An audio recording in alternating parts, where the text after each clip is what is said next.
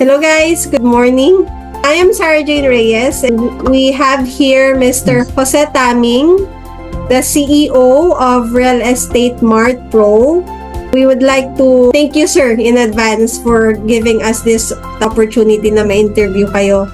Oh yes, thank you for inviting me in. It's a privilege to share whatever yung knowledge na natutunan ko, and mas lalo sa mga nag-uumpisa na ito, nag-aaral na katulad nyo, na gusto kong sabihin na ang real estate is one of the vehicles for wealth, and magtiyagaan yung pag-aralan dahil ito ang isa sa mga paraan para makaalis sa poverty and lalo pa kayong yumaman. Yun. Bilang anghel si sir. Magkakatotoo yan. First na magka-question po dito is Mr. Jefferson Gamueda. Good morning, Sir Tams. Sir, I have two questions lang naman. How do you balance your dual roles as a CEO and a licensed broker? When it comes to balancing as a CEO, kailangan mag-delegate ng mga routinary na palaging nagagawa everyday na pwedeng gawin na ng iba na sila yung mas expert doon, at mag-focus na lang doon sa kung ano yung mas importante na kailangan ng time mo. Kasi nga, ilang oras lang naman yung natin, we have given 24 hours in a day. Ano ba yung pinaka top 3 na pwede mong gawin as a CEO? Pwedeng gawin ng iba, i-delegate na lang. And syempre yung time management, kailangan importante yun, not at anong profession natin. Kailangan maging master natin yung pagmamanage ng ating time. And then yung pagiging broker naman, pag ikaw yung hinahanap ng kliyente, kailangan mong makipag-usap doon sa mga kliyente na talagang ikaw yung hinahanap. Pero kung pwede mo na rin ipasa yun, pwede kang may partner sa company na pwedeng kumausap doon o mag-coordinate doon sa mga clients, pwede mong ipasa. Pag malaking companies na, meron na talaga silang accounting department, marketing department, HR department, training department, mga ganun. And kung ano pa yung mga kailangan ng company mo para maging productive ang company. Ayun. Salamat po sa sagot na yun, sir, na meron tayong time management and the system. Kumbaga, nababalanse. Next question, sir. How do you foresee the real estate market evolving over the next 5 to 10 years? Based on history, talagang tuloy-tuloy yung appreciation ng value ng mga properties at maraming mga developers pa, as I observed din, na naglaland banking at tuloy-tuloy ang pag-build nila ng mga condominiums o mga subdivisions. At saka yung iba pa is pumupunta na sila sa mga provinces, di ba? Kasi lalo dyan sa Manila, maraming mga projects na dyan. Tuloy-tuloy yung pag-develop. Kaya 5 to 10 years talagang tuloy-tuloy yung negosyo natin, pagiging broker. Yung the demand, ano sir? Oo, marami. Saka siyempre yung tuloy-tuloy na dumadami ang tao. Kinauubusan ng property talaga, sir. Salamat po, Sir Tam, sa mga magandang kasagutan. Next question is for Mr. Jervis Valdez. Sir Tams, why did you choose to pursue this profession? And given your role as a broker, what is the impact of brokers in this society? At sa akin kasi galing ako sa mahirap na pamilya. Zero yung knowledge ko nung nag-umpisa ako dito. May nagkwento lang sa akin ng broker, yung gato ginagawa niya. 10 years daw siyang accountant and then wala daw siyang naipon. Pero nung naging broker siya, nakabili siya ng properties, nakabili siya ng sakyan, napag-aaral niya yung pamilya niya sa private schools. Nainganyo ako kasi that time, employee ako. Magkano lang yung sweldo noon. Then so, after kung narinig yung na-encourage ako dun sa kwento niya, nag-take action ako agad. Kasi alam ko, yun yung magpapaalis sa akin from poverty. And ang role ng pagiging broker, tayo yung tumutulong sa mga kliyente para mabenta yung mga properties ng mga developers. Tayo tumutulong na maghanap ng mga buyers para mababenta agad yung mga projects nila. And then, doon naman sa mga buyers, pero mo, tayo yung mag-educate sila kung anong magandang properties, di ba? Yung mga benefits ng isang property, kung bakit nila kailangan bilhin to, paano sila kikita, paano sila magkakaroon ng rental income. Kaya bilang broker, napakalaga nung role natin sa either seller or dito sa developers or mga owners and the buyers. ang napakagandang profession itong broker. Kaya sa mga nag-uumpisa, tiyaga lang and may magandang future tayo dito. Isa sa mga vehicles for wealth talaga is real estate. Kaya kung napansin nyo, maraming mga bilyonaryo dito sa Pinas o sa buong mundo, meron silang real estate. Thank you for that, sir. So next na mag-ask ng question si Miss Frances Manglib. Hello, sir. Mapod Hilong. Mapod Hilong is one of the dialect in Ifugao kasi I'm from Ifugao. Mapod Hilong means good evening po. Oh, Sir, okay. Sir Toms, ito po yung tanong ko sa'yo. In your 15 years in the field of brokerage, what are the challenges you encounter and how did you overcome it? I think yung mga challenges na yung sa akin personally din nakita ko pag maging choosy doon sa mga properties na ibebenta natin. Kung ano yung magaan mo na ibenta, at kung condominium ka, o lote ka, o commercial, o bahay. Kasi, di ba, nakita natin, dami-daming mga properties na pwede ibenta, no? Kung ano yung expert ka na property na, alam mo, ibenta yon na kabisaduhin mo, doon ka mag-focus. Kasi nga, may mga difficult owners, pag nabenta mo ba, ibibigay pa nila yung commission mo. Kasi may mga owners na hindi magbibigay agad o kaya parang pahirapan ka pa, ginawa mo na yung trabaho mo. Tapos siyempre, yung i-due diligence mo din yung properties. Binibenta mo, may mga nag-upisa kasi kami. Sige, benta lahat yung ngayon, yung mga properties pala may mga problema. Nakahanap na kami ng buyers. Tapos, siyempre, nag-expect yung buyer. Malinis yung property, which is yun yung mga pagkakamali ko din ng una. Na kailangan, importante, i-due diligence mo yung title, malinis ba yung title, i-trace back mo siya. Saka, siyempre, yung owner din ba, mauhusay din bang kausap. So yun, yung by due diligence, i-research mo din yung owner kung okay ba siyang kausap, tapos okay ba sila magbigay ng komisyon. Kasi may mga sellers na kailangan mong aralin kung okay silang sa pakikipag-deal. Ganun. And then later on, kapag magpaplano na kayong magbuo ng team niyo, yung company niyo, yung pagmamanage ng tao. Kasi iba-ibang personalities, iba-ibang attitude, behaviors. Kailangan maging mahusay tayong leader at hindi lang tayo nakafocus dun sa pera. Kailangan mission muna bago commission. Thank you po, sir. So, ito po yung next na question ko po. What technologies does your brokerage use to enhance the buying or selling process? Kung technology, yung paggamit ng drones at magandang features ng camera na talagang makakatulong dun sa pag nag-create tayo ng content para mas lalong magiging maganda yung pagbebenta, mas mabilis ang pagbebenta ng properties. And then, syempre, dapat maging visible sa lahat ng mga social media platforms. I-maximize na natin mga technology. Masyado, karamihan ng mga buyers natin, OFWs. Yung kagaya ng ginagawa ni Ma'am Sarah. Thank you po, sir. Welcome po. Thank you, sir. So next student, si Mr. Jeffrey Simongon. Hello, sir. Good evening po. Naimbag nga Rabi. Yes, naimbag nga Rabi. Ang question ko naman, sir, what advice can you give us sa mga tulad naming newbie, sir, para ka-survive sa real estate industry, sir? Yun na, i-set ko na lang yung example ng sa sabi ko kasi doon nag-start ako as in zero. So, wala akong passion talaga noon sa real estate. Nagkaroon lang ako nainganyo ako doon sa pinento sa akin ng broker noon. Kaya ako pumasok dito sa real estate. Gusto mo kasi ito Gusto mong pag-aralan. Paano ba makabenta rito?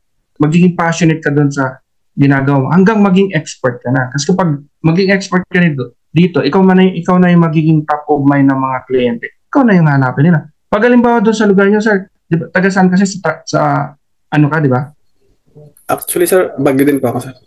Currently residing here sa Bakaking po.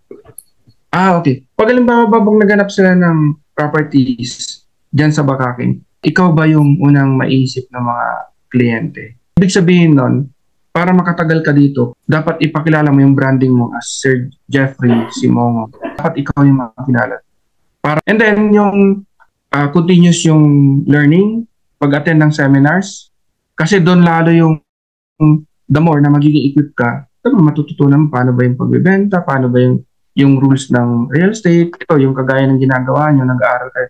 Tapos paano yung mga pagiging leader, kung ba maraming na dapat pag-aralan. Kaya continuous learning, magiging continuous din yung earnings mo. And then yung lastly, yung network mo, dapat padamihin talaga yung network. And paano yung maraming mga paraan ngayon na hindi lang siya sa offline, yung kagaya ng pagpa-flyers o yung sa mga kakilala.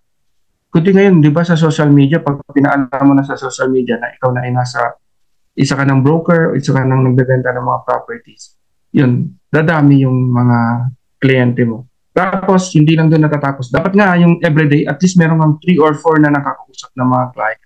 Either owners ba yun na nagpapabenta properties or mga nagpapahanap ng property.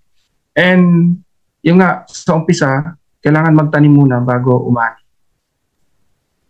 Yes, thank you, sir. Thank you for that answer. So sir, next question coming from Mr. Vince Graho. Good morning, Sir Jose. It's been an honor to meet a CRB with 15 years of experience. Allow me to introduce myself, sir. I am Vince Graho, all the way from Natividad, Pangasinan. For my first question, how do you typically approach pricing a home for sale? And what factors do you consider to ensure it's competitive in the market while still meeting the seller's expectations? Yung comparative market analysis ang ginagawa natin. Alam natin yung presyon niya. For example, nga yung doon sa lugar niyo, kung saan lugar kayong binebenta. Dapat kabisado yung zonal value doon, market value, tapos magkano yung per market value. Para pag may seller or yung mga owner na gusto magpabenta, baka mamaya overpriced naman yung presyo nila. Kailangan natin sila educate in a nice way, and yun po, yung pag-negotiate sa kanila na kung hindi sila nagmamadali, ibenta. Yun, yung presyong gusto nila, okay naman, pero kapag nagmamadali sila, dapat nasa fair market value na. And then, maging knowledgeable tayo doon para pag nakausap na natin yung seller, alam nila na talaga alam na kabisado natin yung itong trabaho natin. Kasi yun naman yung binabayaran nila sa atin, yung knowledge natin. Dapat nga, alam mo yung mga properties na mga nabenta for the past 6 months, ganun. Or nga, for the past 12 months. Kaya meron kami nakausap na seller, sabi niya, pinapabenta sobrang taas. Sinasabi namin, ito po nabenta ito for the past 6 months. Meron po kaming record niyan. Kasi kami yung nakabenta ng property. Yun, binababa niya yung price. Pero may mga seller na medyo, minsan, gusto nila sila masunod. Kaya nga lang, matagal mabenta yung mga. Sayang naman, nandyan lang siya. Hanggang darating yung time, ibababa niya yung price. Maging knowledgeable dun sa mga properties for sale and properties na nabenta in the past 6 months. Thank you for that, sir. So, the last but not the least, here's my question for you, Sir Jose. As a fellow professional in sales, what are your thoughts on the concerns about a potential real estate bubbles in the Philippines? Because many investors cite this as a reason for their hesitation. So, how do you address this issue when discussing investment opportunities? Okay. Yan yung pinakamahirap na question actually doon sa Anyway, pero ang gandang ito nga. Kasi nga, karamihan ng mga investors, yan yung mga foreigners, o kaya yung mga nag-umpisa pa lang. Hindi nila kabisado yung real estate. Baka nga nangyari yung real estate bubble yung 2007 to 2008 sa US. Ganoon na bumagsak talaga yung real estate doon, na marami na foreclosed na properties. Hindi kasi natin control yung real estate bubble. Kagaya nung nangyari din ng pandemic. Di ba, maraming na-foreclose na properties o maraming nag-give up ng properties nila. Yung mga talagang marurunong ng mga investors na ang nila cash is king. Ganun. Yun yung time na lalo pa silang bibili ng mga properties. Kasi alam nila kung ano yung mga properties na location na talagang booming kahit na anong crisis is doon sila bumibili. Saka alam nila kung anong mga reputable na mga developers na pwede nilang pag-investan.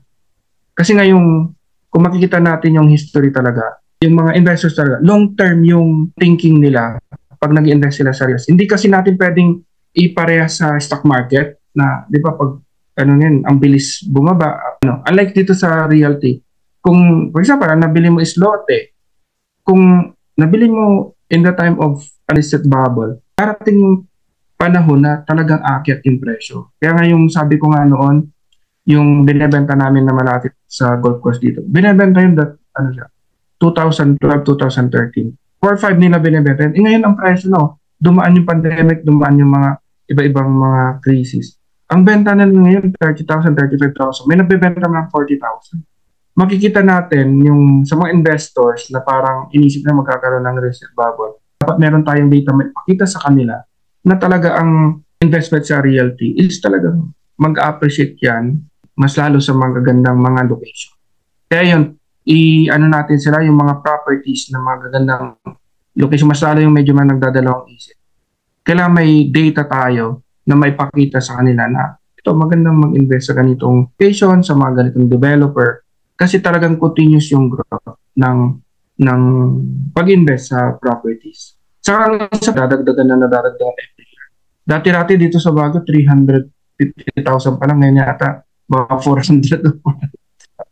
Yung pag-invest ng property is maraming mga benefits. And then, yung investors din, talagang ang gusto nila, yung assurance nila.